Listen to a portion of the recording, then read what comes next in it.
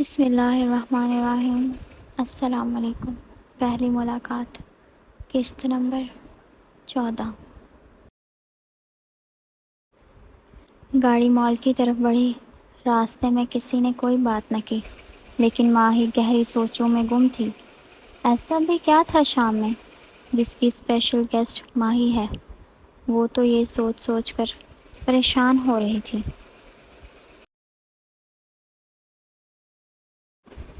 ایک عجیب سی گھبراہٹ ہو رہی تھی، لیکن فضول سوچنے کا فائدہ، شام میں پتہ چل ہی جائے گا۔ ماہی نے خود کو کہتے اپنے ذہن میں آتی سوچوں کو جھٹکا اور منیہا سے باتیں کرنے لگی۔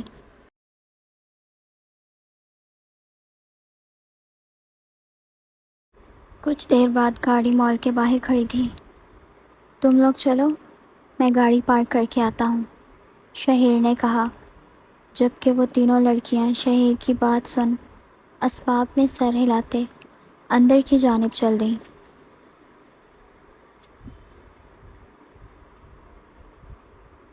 جبکہ شہیر گاڑی پارک کرتا، اب وہ بھی اندر بڑھا۔ اندر جاتے ہی شہیر کی نظر ان پر پڑی۔ وہ تینوں سامنے ہی تھیں۔ ارے، تم لوگ کسی شاپ میں کیوں نہیں گئے؟ شہیر ان کے پاس آتا بولا۔ ہم آپ کا ویٹ کر رہے تھے بھائی، اریحا نے جواب دیا۔ اچھا چلو پھر، اب میں آ گیا ہوں تو چلیں؟ شہیر نے ہاتھ سے اشارہ کرتے ہوئے پوچھا، جبکہ وہ تینوں چل دیں اور شہیر ان کے پیچھے چل دیا۔ وہ لوگ ایک بڑی سی شاپ پر گئے۔ وہاں مختلف ڈیزائنرز ڈریسز موجود تھے، جو ہر سائز اور تقریباً ہر رنگ کے تھے۔ وہ تینوں الگ الگ ہوتی اپنے لیے کپڑے دیکھنے لگی۔ اریحا کی نظر ایک خوبصورت فراک پر پڑی، جو کہ نہایت حسین تھا، لیکن وہ موجودہ شاپ پر نہیں، بلکہ سامنے والی شاپ پر تھا۔ اریحا اس شاپ سے نکلتی دوسری شاپ کی طرف بڑھی۔ وہ بھی نکلی ہی تھی کہ ایک عجیب سا شخص اریحا سے آ ٹکرایا۔ اس عجیب شخص کے ہاتھ میں کچھ سامان تھا، جو نیچے گر گیا۔ اریحا سنبھلتی معذرت کرنے لگی۔ وہ شخص اریحا کو گھورتا نیچے جھکا اور اپنا سامان اٹھانے لگا۔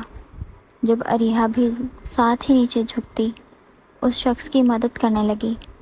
جب اس شخص نے ایک کاغذ کا ٹکڑا اریحا کے ہاتھ پر رکھ دیا، جب اریحا نے حیرانگی سے اس شخص کی جانب دیکھا جو اپنا سامان اٹھا چکا تھا، اس سے پہلے کہ اریحا کچھ بولتی، وہ شخص تیز تیز قدم اٹھاتا ہڑبڑاتا ہوا وہاں سے جا نکلا۔ اریحا نے ایک نظر اس شخص کی جانب دیکھا اور دوسری نظر کاغذ پر ماری۔ یہ کیا ہے؟ اریحا خود سے سوال کرتے ہوئے بولی۔ اریحا نے اس کاغذ کو کھولا، جسے دیکھ تو وہ سمجھ نہ سکی یہ کیا ہے اور کس نے بھیجا ہے۔ اریحا نے جلدی ادھر ادھر نظر گھمائی اور جلدی سے اس اور بھاگی جہاں وہ شخص گیا تھا۔ وہ شخص تو بھیڑ میں کب سے غائب ہو چکا تھا اور نہ جانے کہاں سے کہاں چلا گیا۔ اریحا بہت پریشان سی ہوتی واپس مڑی اور اسی جگہ کھڑی ہو گئی جہاں وہ پہلے تھی۔ پھر دوبارہ اسی شاپ میں واپس چلی گئی جہاں ماہی، منیہا اور شہیر تھے۔ ایک چہرے پر مسکراہٹ ابھری۔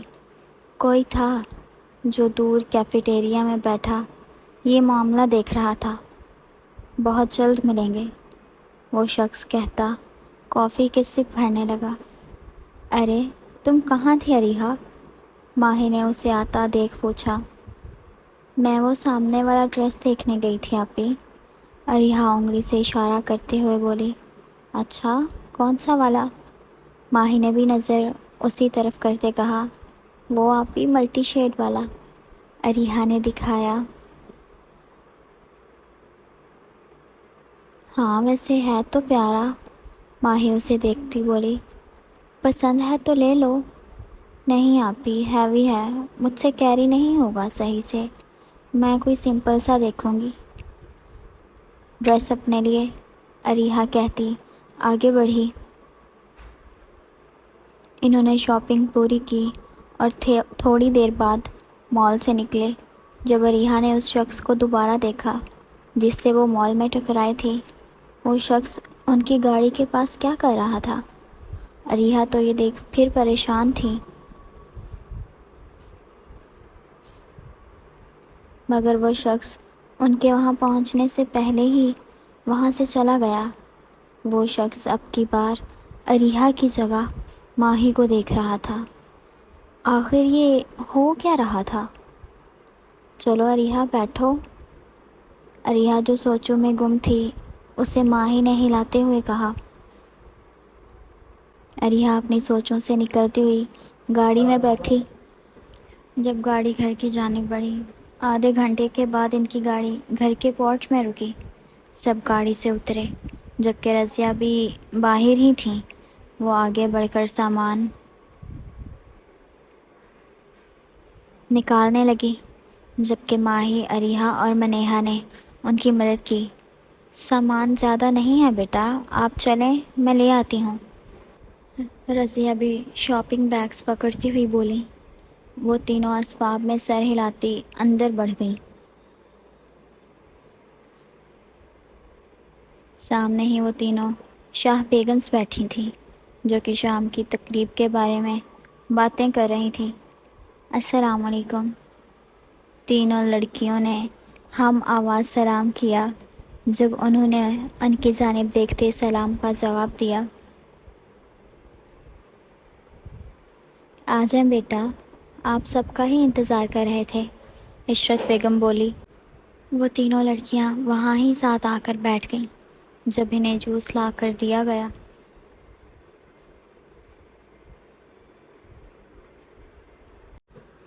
ماہی بیٹا آپ میرے پاس آ کر بیٹھیں، عشرت بیگم نے ماہی کو ہاتھ سے پاس بلاتے ہوئے کہا۔ جی ممانی۔ ماہی اٹھتی عشرت بیگم کے پاس بیٹھی۔ اپنا ڈریس دکھائیں بیٹا، کیسا لے کر آئی ہیں آپ؟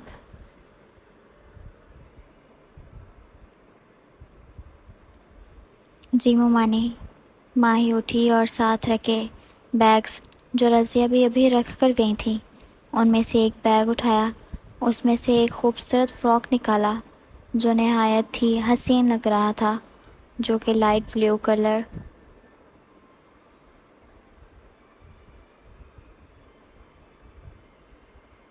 میں تھا۔ گلے پر سفید رنگ کے موتی لگے تھے جو کہ ڈریس کو اور بھی حسین بنا رہے تھے۔ وہ ایک لانگ باربی فراک تھا جو یقیناً ماہی پر بہت حسین لگے گا اور اس ڈریس کی خوبصورتی بڑھا دے گا۔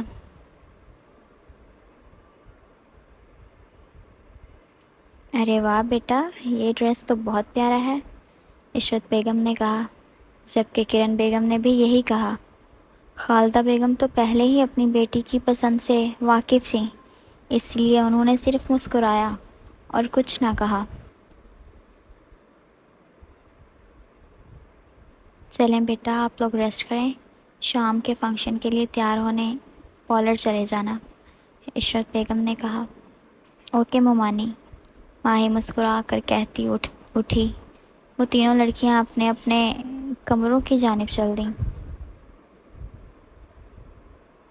فنکشن گھر پر ہی تھا، اس لیے گھر پر زوروں سے تیاریاں شروع تھیں اور گھر کی 3 بڑی خواتین بھی کاموں میں مصروف تھیں اور باقی لوگ بھی مصروف ہی تھے۔ تمام لوگوں کو اطلاع دی جا چکی تھی شام کی تقریب کے لیے۔ اب شام کے 7 بج رہے تھے جب مہمانوں کی آمد شروع ہو چکی تھی۔ بہت سارے مہمان آ گئے تھے اور کچھ لوگ آنے والے تھے۔ گھر کے لوگ تیار تھے۔ کمیر بھی بس ابھی گھر آیا ہی تھا، جبکہ حنین ابھی تک گھر نہیں آیا تھا اور اس کی کوئی خبر بھی نہیں تھی، جبکہ وہ تینوں لڑکیاں تو پارلر گئی ہوئی تھیں۔ شہیر بیٹا ادھر آئیں، اکمل صاحب نے بلایا۔ جی۔ شہیر ان کے پاس آیا۔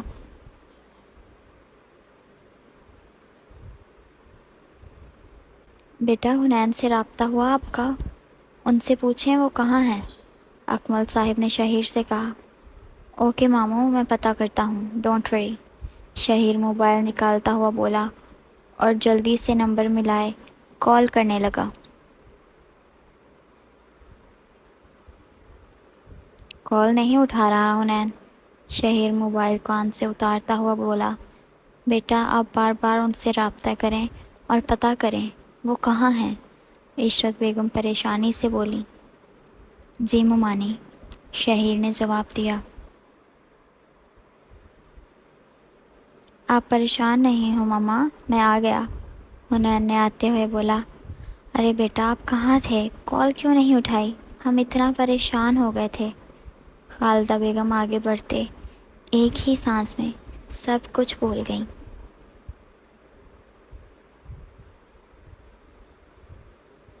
آپ پریشان مت ہو ماما، میں بالکل ٹھیک ہوں، حنین عشرت بیگم کو گلے لگاتے ہوئے بولا۔ پر بیٹا آپ تھے کہاں پر اتنے ٹائم سے، عشرت بیگم پریشانی سے دیکھتے ہوئے بولی۔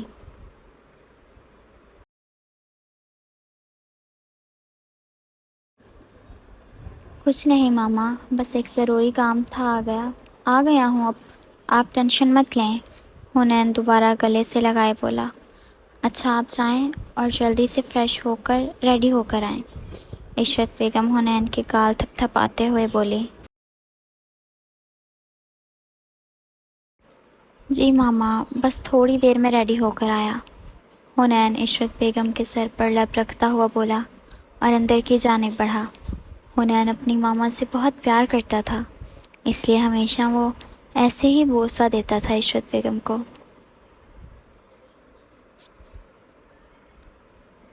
شہیر بیٹا آپ ذرا بچیوں کو پارلر سے لے آئیں گے، عشرت بیگم اب شہیر سے مخاطب ہوتے ہوئے بولی۔ ماما میں جاتا ہوں لینے، شہیر یہاں کچھ کام دیکھ لے گا اور مہمانوں کا ویلکم بھی کروا لے گا۔ کمیل جو پیچھے سے آ رہا تھا ان کی بات سنتے ہوئے بولا۔ چلو ٹھیک ہے بیٹا، جیسا آپ دونوں کو صحیح لگے، بس ٹائم سے لے آئیے گا، عشرت بیگم بولتے ہوئے جانے لگی۔ اوکے ماما، کمیل نے جواب دیا۔ ٹھیک ہے شہیر، میں چلتا ہوں، یہاں دیکھتے رہنا اور کوشش کرنا کوئی بھی بندہ اگر مشکوک لگے تو اسے ہینڈل کر لینا، کمیل شہیر کے کندھے پر ہاتھ رکھتا ہوا بولا۔ ڈونٹ وری برو، میں ہوں یہاں، کوئی مسئلہ نہیں ہونے دوں گا، اور ویسے بھی مجھ سے پہلے حنین ہے نا یہاں، اس کے ہوتے ہوئے کوئی مشکوک آنے کی ہمت بھی نہیں کرے گا، شہیر ہنستا ہوا بولا۔ ہاں ویسے کہہ تو صحیح رہے ہو، مگر پھر بھی احتیاط کرنا ضروری ہے کیونکہ آج بہت بڑا دن ہے ہم سب کے لیے۔ اچھا چل میں چلتا ہوں، لے آؤں پارلر سے، کمیل کہتا پیچھے کو مڑا، جبکہ شہیر نے اسباب میں سر ہلایا۔ شہیر بھی اب مہمانوں کے پاس جاتے ان سے ملنے لگا، کمیل بھی گاڑی کے پاس پہنچتا، اب بیٹھ چکا تھا، اس نے گاڑی منزل کی طرف روانہ ہوئی۔ گھر میں حنین بھی ریڈی ہو رہا تھا، آج کی شام بہت خاص تھی سب کے لیے، شاہ ہاؤس پورا جگمگا رہا تھا، ہر طرف روشنیاں ہی روشنیاں تھیں،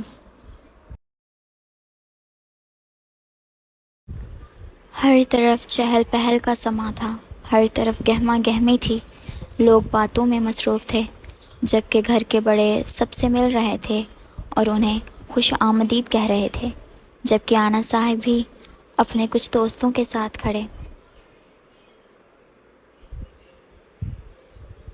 باتیں کر رہے تھے، ساتھ ساتھ ویٹر سب کو کچھ نہ کچھ آفر بھی کر رہے تھے۔ آج شاہ ہاؤس میں خوشیاں تھیں، بس کسی کی کالی اور بد نظر نہ لگے، کیونکہ لوگوں کی نظر خوشیاں تباہ کرنے کا ہنر رکھتی ہیں۔